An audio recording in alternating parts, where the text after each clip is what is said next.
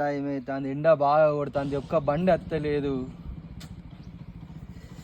అగ్గో నా అదృష్టం బాగున్నది, బండి వస్తున్నాయా?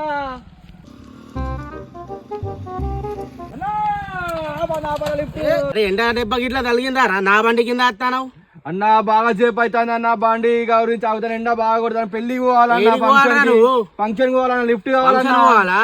సరే కూర్చో గాని బండ్లో పెట్రోల్ లేదు, అయిపోతే గిట్లా దొబ్బుతావా? అయిపోతే దొబ్బుతా అన్న. కూర్చో మరి, ఎందుకు